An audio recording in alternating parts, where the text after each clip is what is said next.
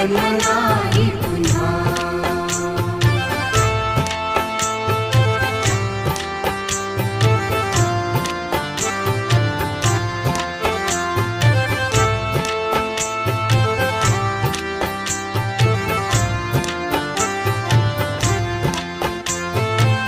हा जन्म आहे सद्गुरु कृपेचा, हा जन्म आहे सद्गुरु कृपेचा, हा जन्म आहे सद्गुरु कृपेचा। हरि ओम स्वामी समर्थ म्हणा,